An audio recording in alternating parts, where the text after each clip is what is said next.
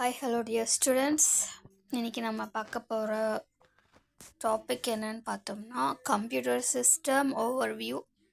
Actually இது வந்து பார்த்தோம்னா class 11 CBSE class 11 computer science with python. So class 11ல் வந்து பார்த்தோம்னா first lesson computer system overview. So இதுக்கப்புறம் +1 அண்ட் தென் +2 வீடியோஸும் நான் போட ஆரம்பிக்கிறேன். ஸோ ப்ளீஸ் சப்ஸ்கிரைப் பண்ணுங்கள். நெக்ஸ்ட் இந்த கம்ப்யூட்டர் சிஸ்டம் ஓவர்வியூவில் என்னென்ன சாப்டர் நம்ம பார்க்க போகிறோம் அப்படின்னா introduction, computer components and basic computer organization, mobile system organization and types of software. So இந்த சாப்டர்ஸ் எல்லாமே நம்ம இந்த லெசனில் பார்க்க போகிறோம். ஸோ இப்போ நம்ம என்ன பண்ணலாம் அப்படின்னா இன்ட்ரடக்ஷன் பார்க்கலாம். ஸோ இன்ட்ரடக்ஷனில் என்னென்ன இருக்குது அப்படின்னா computers are the machines that have revolutionized the world around us. நமக்கு நல்லாவே தெரியும்.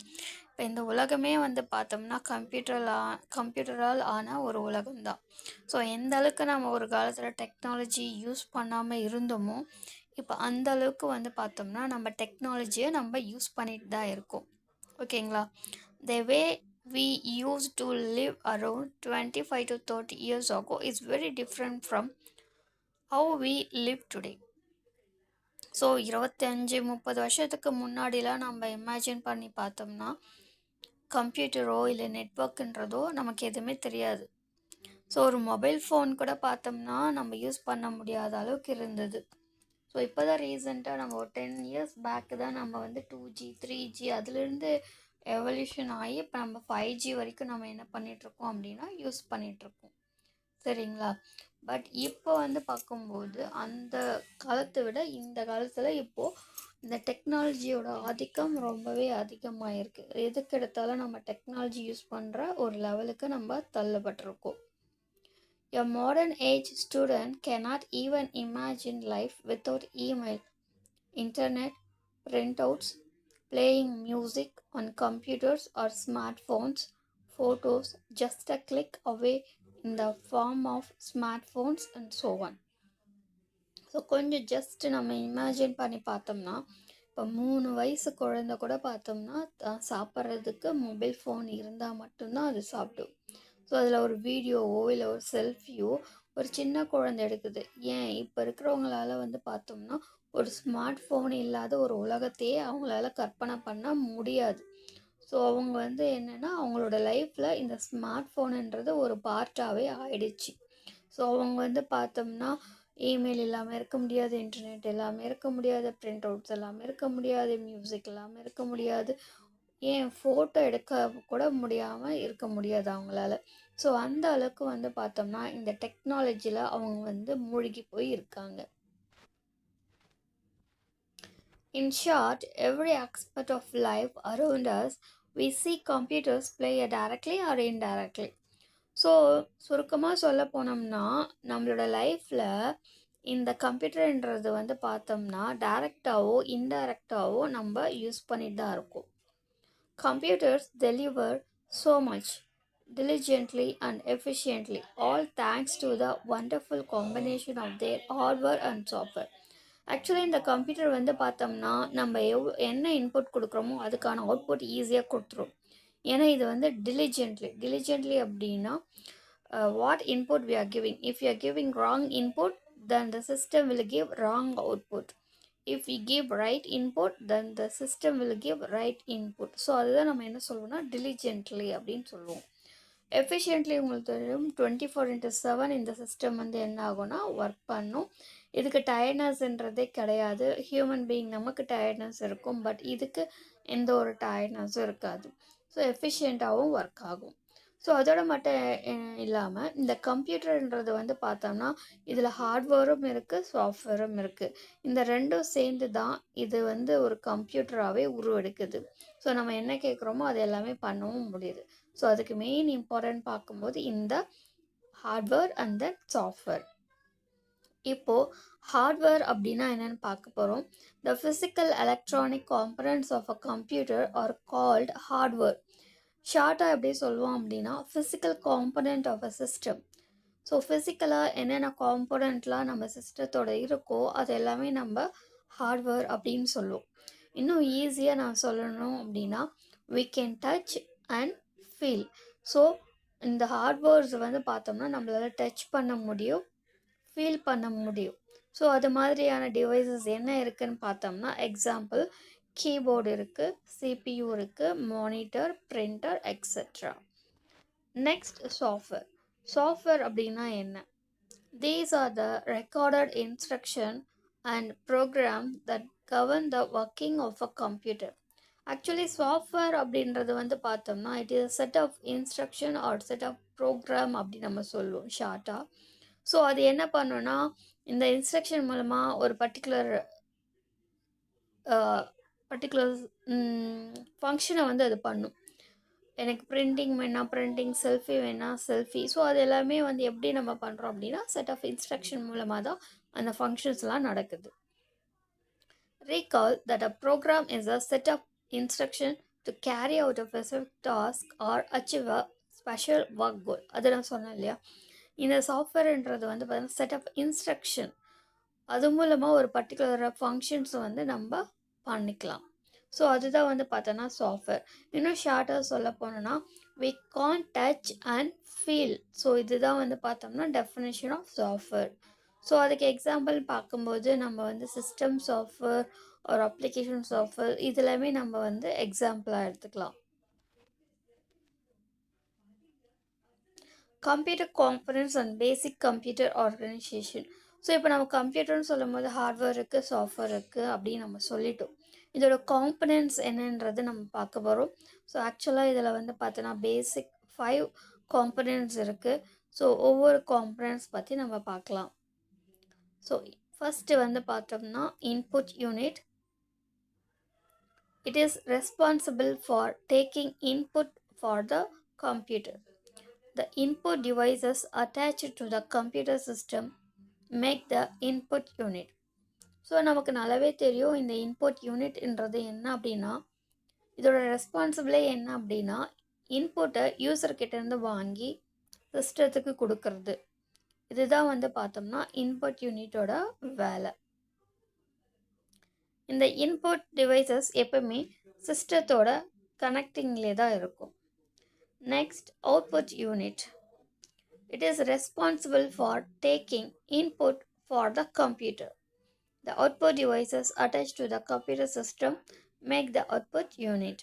ஸோ அவுட்புட் யூனிட்ன்றது என்னென்னா நம்ம ஒரு இன்புட் கொடுத்ததுக்கப்புறம் அதை ப்ராசஸ் பண்ணி அதுக்குன்னு ஒரு அவுட்புட் டிஸ்பிளே ஆகிருக்கும். அந்த அவுட்புட்டை நம்ம யூசர்கிட்ட வந்து கொண்டு போய் சேர்க்கணும்.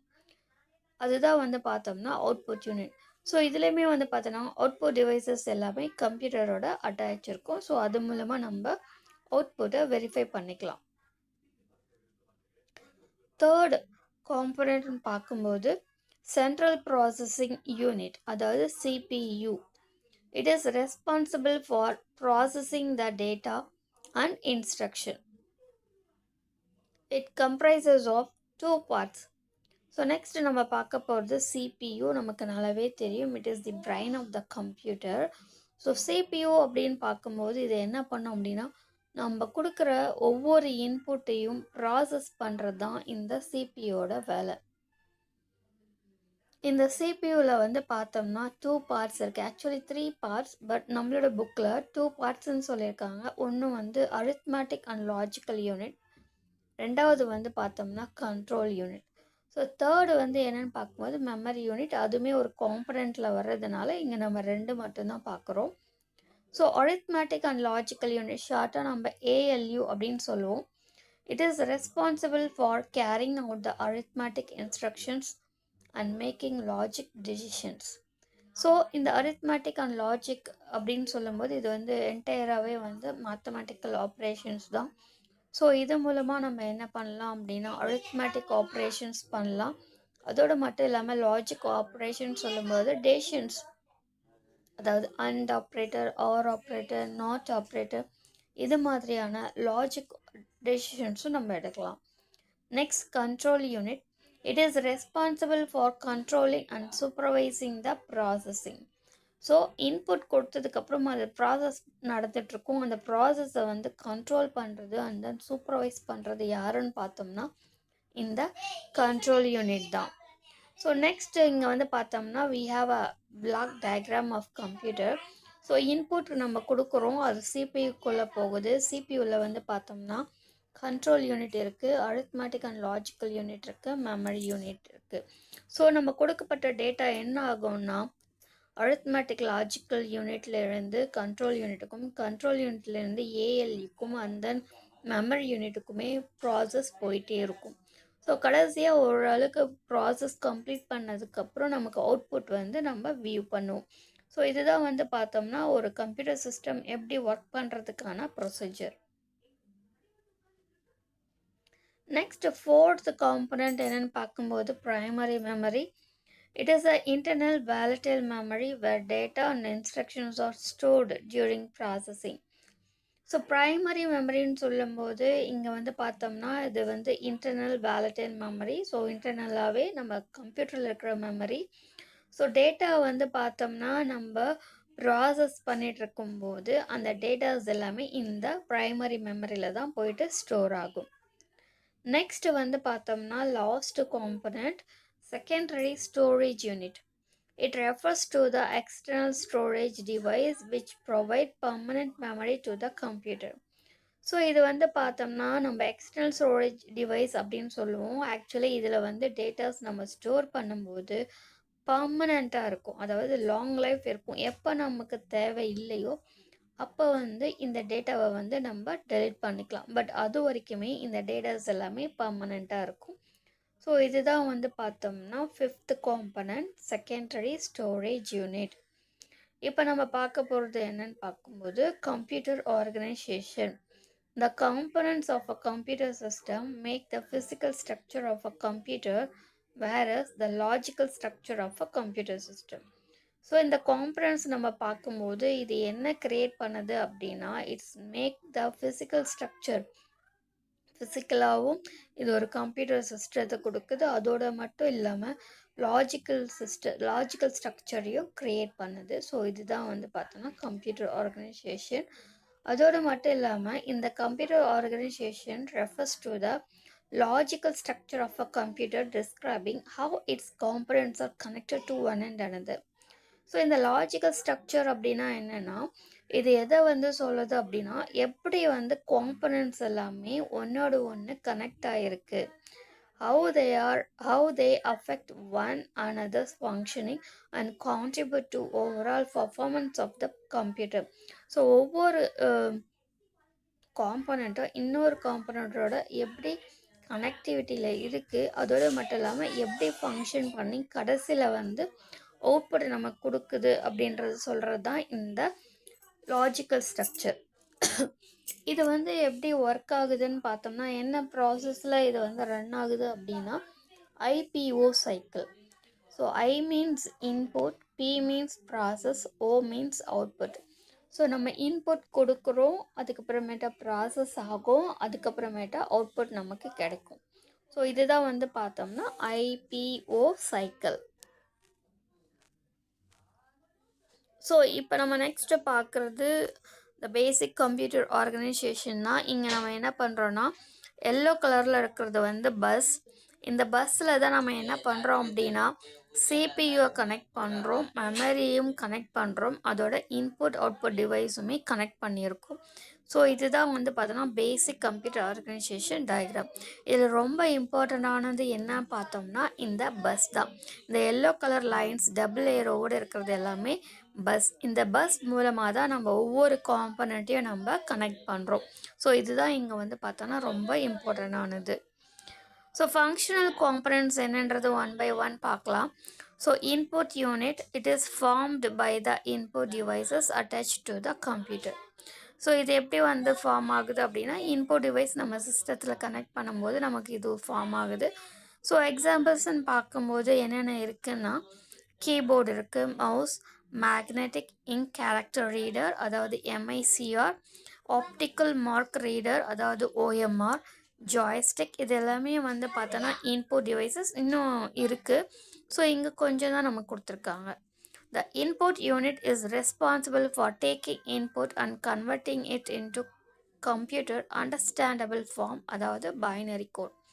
ஸோ இந்த இன்புட் யூனிட் எல்லாமே என்ன பண்ணும் அப்படின்னா, இன்புட்டை வந்து யூசர்கிட்ட இருந்து வாங்கி அதை பைனரி ஃபார்மேட்டாக கன்வெர்ட் ஆகும். அதாவது ஜீரோஸ் அண்ட் ஒன்ஸ் ஃபார்மேட்டில் கன்வெர்ட் பண்ணுறது தான் இந்த இன்புட் யூனிட்டோட வேலை. Some common input devices are, first வந்து பார்த்தோம்னா keyboard இருக்குது. It is a typewriter like device which is used to type in the letters, digit and commands. For visually challenged people, braille keyboards are also available these days. So இந்த keyboard மூலமாக நம்ம என்ன பண்ண போகிறோம் அப்படின்னா, கீபோர்டுன்றது ஒரு primary input device.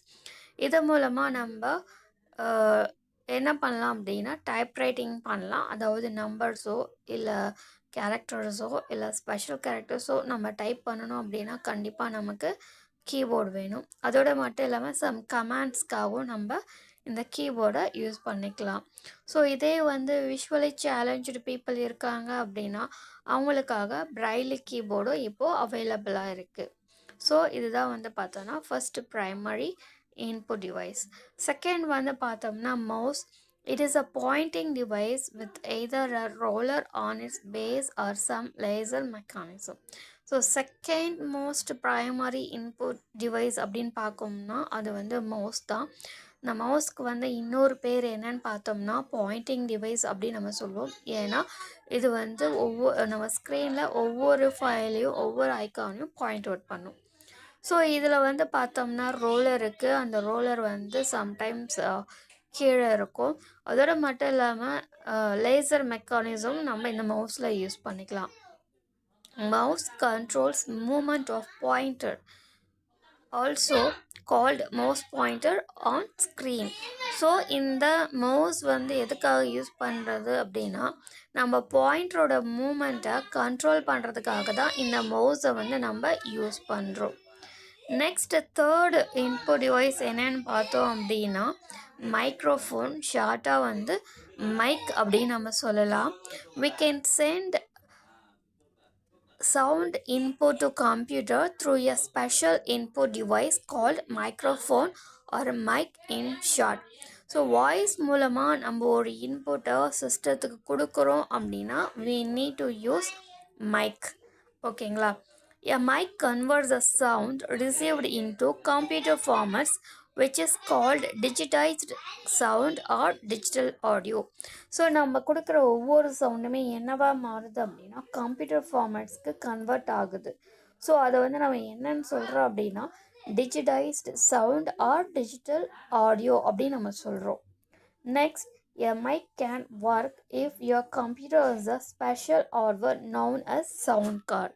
So உங்களோட computer அந்த சவுண்டை இன்புட்டாக எடுக்கணும் அப்படின்னா நம்ம அந்த கம்ப்யூட்டரில் சவுண்ட் கார்டு என்ற ஒரு ஹார்ட்வேரை நம்ம யூஸ் பண்ணணும். சவுண்ட் கார்டு இல்லைன்னா நம்மளோட வாய்ஸை இன்புட்டாக அது எடுத்துக்காது. நெக்ஸ்ட் நம்ம பார்க்க போகிறது output unit. So output unit அப்படின்னா என்னன்னு பார்க்கலாம்.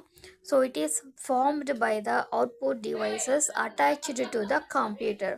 ஸோ இந்த அவுட்புட் டிவைசஸ் எல்லாமே வந்து பார்த்தோம்னா கம்ப்யூட்டரோட எப்பயுமே அட்டாச்மெண்ட்டில் தான் இருக்கும். The output coming from the CPU is in the form of electronic binary signal which needs conversion in some form which can be easily understood by human beings. So எப்பவுமே நம்மளுக்கு கொடுக்குற இன்புட் வந்து பார்த்தோம்னா ப்ராசஸரில் போயிட்டு ப்ராசஸ் ஆகும். Process ஆனதுக்கப்புறம் நமக்கு output வரும். அந்த ப்ராசஸர்லேருந்து வர அவுட்புட் வந்து பார்த்தோம்னா கம்ப்யூட்டர் ஃபார்மேட்டில் இருக்கும். அதாவது ஜீரோஸ் அண்ட் ஒன்ஸாக இருக்கும். அந்த ஜீரோஸ் அண்ட் ஒன்ஸை வந்து நம்ம என்னவா கன்வெர்ட் பண்ணணும் அப்படின்னா ஹை லெவல் லாங்குவேஜ், அதாவது ஹியூமன் அண்டர்ஸ்டாண்ட் ஆகிற வகையில் நம்ம கன்வெர்ட் பண்ணி நமக்கு டிஸ்பிளே பண்ணணும். இந்த ஒர்க்கு யார் பண்ணுறாங்க அப்படின்னா இந்த அவுட்புட் யூனிட் தான் பண்ணுறாங்க. This functions of conversion is performed by output units. Next, the primary example of output device is monitors. So it is the most common form of output from a computer. It displays the information in a similar way to that shown on a television screen. எப்படி நம்ம ஒரு டிவியில் வந்து videos view பண்ணுறோமோ அதே மாதிரி நம்ம கம்ப்யூட்டரோட மானிட்டர்லேயும் நம்ம அவுட்புட் வந்து என்ன பண்ணுறோன்னா டிஸ்ப்ளே பண்ணி நம்ம பார்க்குறோம். The pictures on a monitor is made up of thousands of tiny colored dots called pixels. எப்படி நம்ம வந்து இந்த டெலிவிஷனில் வந்து இன்புட், அதாவது நம்மளோட அவுட்புட் பார்க்குறோம் அப்படின்னா ஆக்சுவலி இதில் வந்து பார்த்தோம்னா தௌசண்ட்ஸ் ஆஃப் பிக்சல்ஸ் இருக்குது.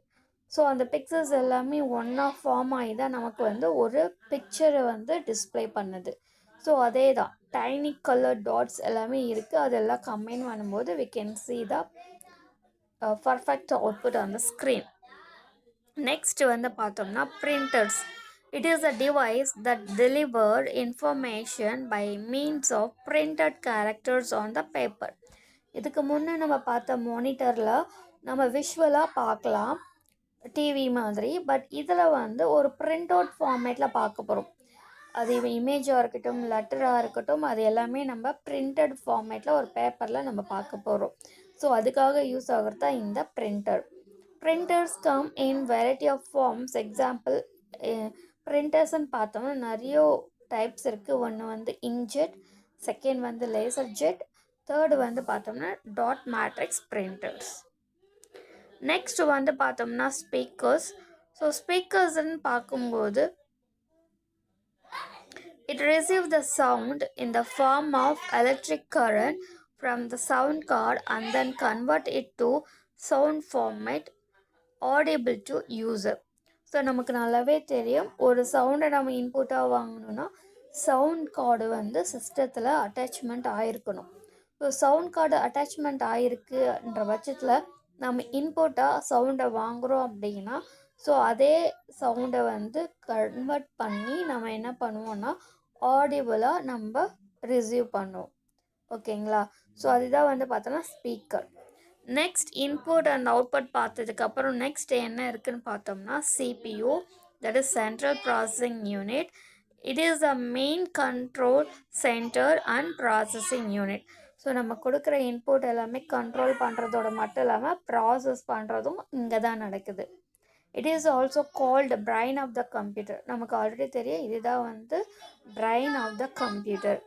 As it guides, directs, controls and governs the performance of a computer.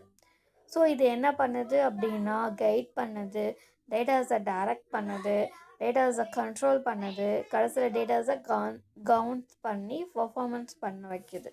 So இது எல்லாமே பண்ணுறது தான் இந்த சிபியோட வேலை. The CPU is some sub-components that help in carrying out the processing of a task. So இந்த சிபியூவில் some sub-components இருக்குது, அவங்க தான் அந்த டேட்டாவை கேரி அவுட் பண்ணுவாங்க. These are arithmetic and logical unit, second one control unit, third one register. So இந்த 3 sub-components பற்றி நம்ம பார்க்கலாம். ஃபஸ்ட்டு வந்து பார்த்தோம்னா arithmetic and logical unit, ஷார்ட்டாக ALU. It perform 4 arithmetic, that is addition, subtraction, multiplication, division. So இது நாலும் சேர்ந்து தான் நம்ம arithmetic ஆப்ரேஷன் சொல்லுவோம். அதோட மட்டும் இல்லாமல் சம் லாஜிக்கல் ஆப்ரேஷனும் பண்ணுறாங்க. அதாவது less than or equal, greater than or equal, equal, not equal. இதெல்லாமே வந்து நம்ம என்ன சொல்லுவோம் அப்படின்னா லாஜிக்கல் ஆப்ரேஷன் அப்படின்னு நம்ம சொல்லலாம். Next, control unit.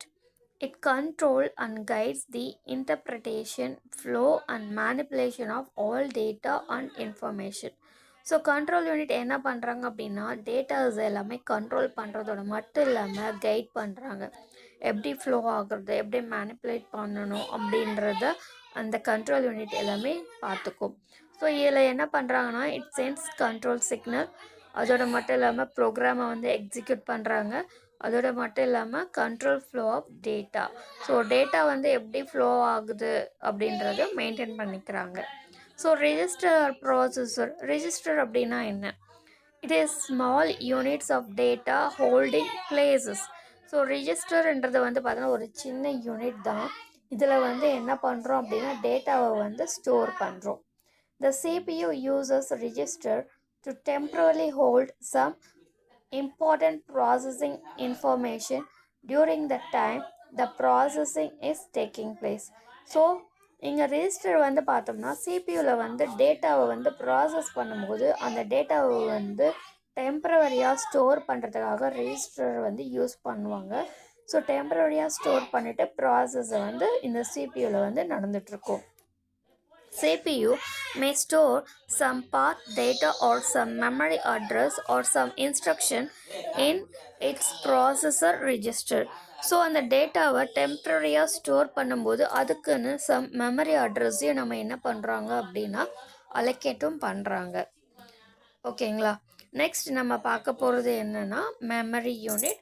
ஸோ இந்த மெமரி யூனிட்டில் வந்து பார்த்தோம்னா இதை வந்து நம்ம மெயின் மெமரின்னு சொல்லலாம், அப்படி இல்லைன்னா ப்ரைமரி மெமரின்னு சொல்லலாம். ஸோ இதில் வந்து பார்க்கும்போது it is the internal work space of the computer where data and instruction are held during processing. So datas எல்லாம் இது வந்து இன்டர்னல் ஒர்க் ஸ்பேஸ் சொல்கிறோம், கம்ப்யூட்டரோட இன்டர்னல் ஒர்க் ஸ்பேஸ். ஏன்னா டேட்டா அப்படி இல்லைன்னா இன்ஸ்ட்ரக்ஷன் எல்லாமே இங்கே தான் ப்ராசஸ் ஆகுது. Each memory location has unique memory address. எப்படி நமக்குன்னு ஒரு டோர் நம்பர் இருக்கோ அதே மாதிரி ஒவ்வொரு டேட்டாவுக்கும் ஒவ்வொரு மெமரி அட்ரஸ் கொடுத்து தான் ஸ்டோர் பண்ணுவோம். when the task is performed it clears its memory and memory space is then available for the next task to be performed. So once அந்த ப்ராசஸ் கம்ப்ளீட் ஆயிடுச்சு அப்படின்னா அந்த மெமரியில் ஸ்டோர் பண்ணோம் இல்லையா, அந்த மெமரி வந்து என்ன ஆகுதுன்னா கிளியர் ஆகி விட்டுட்டு ஃப்ரீ பண்ணி விட்டுரும். ஸோ நெக்ஸ்ட் ப்ராசஸ் வரும்போது அந்த டேட்டாஸ் வந்து அந்த மெமரியில் வந்து ஆக்குபை பண்ணிக்கும். ஸோ இதை மாதிரி தான் வந்து பார்த்தோன்னா மெமரிக்குள்ளே ப்ராசஸ் வந்து போயிட்டுருக்கு. ஸோ இந்த மெமரி வந்து பார்த்தோம்னா பிட்ஸ் மூலமாக தான் நம்ம வாங்குவோம். ஸோ 8 பிட்ஸ் சேர்ந்தது வந்து ஒரு பைட் அப்படின்னு சொல்லுவோம். 1024 bytes வந்து 1 kilobyte, 1024 kilobyte equal to 1 megabyte, 1024 megabyte equal to 1 gigabyte, 1024 gigabyte equal to 1 terabyte. So இது மாதிரி என்ன பண்ணுறாங்கன்னா மெமரி யூனிட்ஸ் வந்து டிவைட் பண்ணுறாங்க. ஸோ நெக்ஸ்ட் கிளாஸ் வந்து பார்த்தோன்னா ரிமைனிங் நம்ம பார்க்கலாம். ஸோ இன்னும் உங்களுக்கு ஏதாவது டவுட் இருந்தால் எனக்கு மெசேஜ் பண்ணுங்கள். அதே மாதிரி நிறைய பேர் இந்த வீடியோஸ் பார்க்குறீங்க, பட் யாரும் சப்ஸ்கிரைப் பண்ண மாட்டேங்கிறீங்க. தயவு செஞ்சு கொஞ்சம் சப்போர்ட் பண்ணுங்கள். Thank you so much.